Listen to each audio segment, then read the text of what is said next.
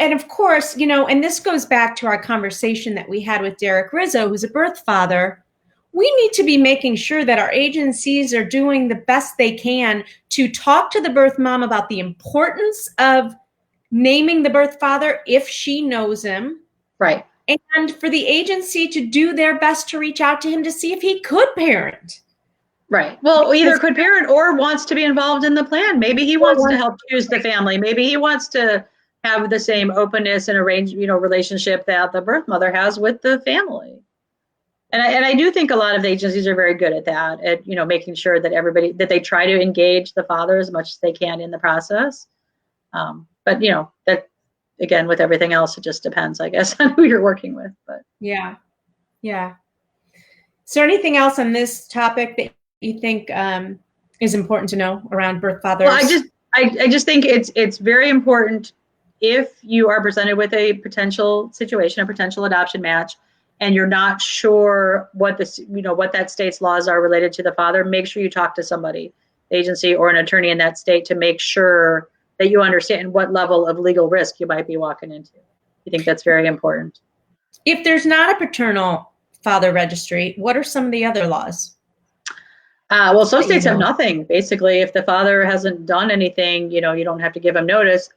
Other states, though, like Pennsylvania, I think there's a sort of a 60-day registry, but it's not quite a registry. But there are some states that are required to give the father notice, period, if the mother identifies him. And there's nothing they can do about that. But there's so if for the ones who don't have it, is it just when the mom signs that it's done, the father does not have any rights at that point? Yes. Although, again, if the mom identifies the father, so like if we're doing an adoption in Illinois, even if the baby was born in another state, we have to follow Illinois law too. So if the mother identified a father, we have to give him notice potentially, but we can check the Illinois putative father registry even for babies born in other states and rely on that.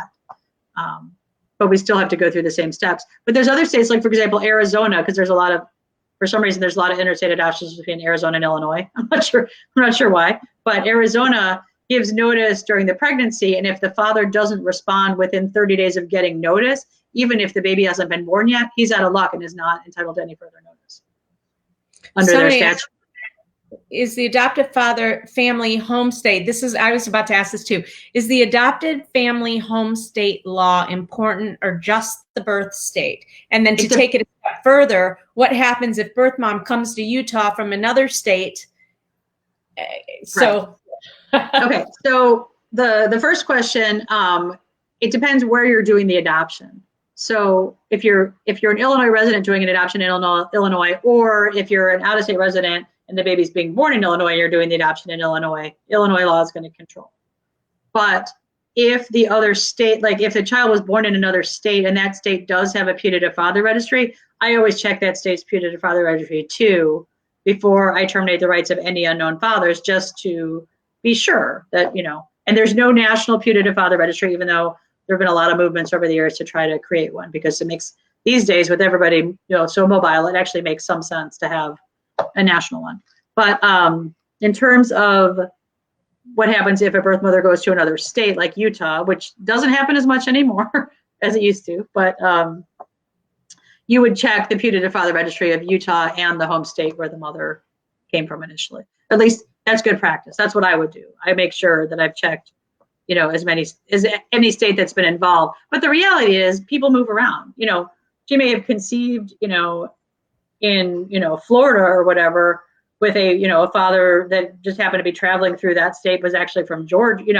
Who knows? We do not do a complete map of who's she been in contact with, where he might have been. So there's only so much we can do, but we do what we can to make sure that your adoption is secure, and that's why we have the putative father registry at all, so that we can say that after 30 days, look, if you don't care enough or want to be involved enough that you've stepped forward in some way, you're out of luck. You can't come back in 6 months, 9 months, a year later and say, wait a minute, I want my child.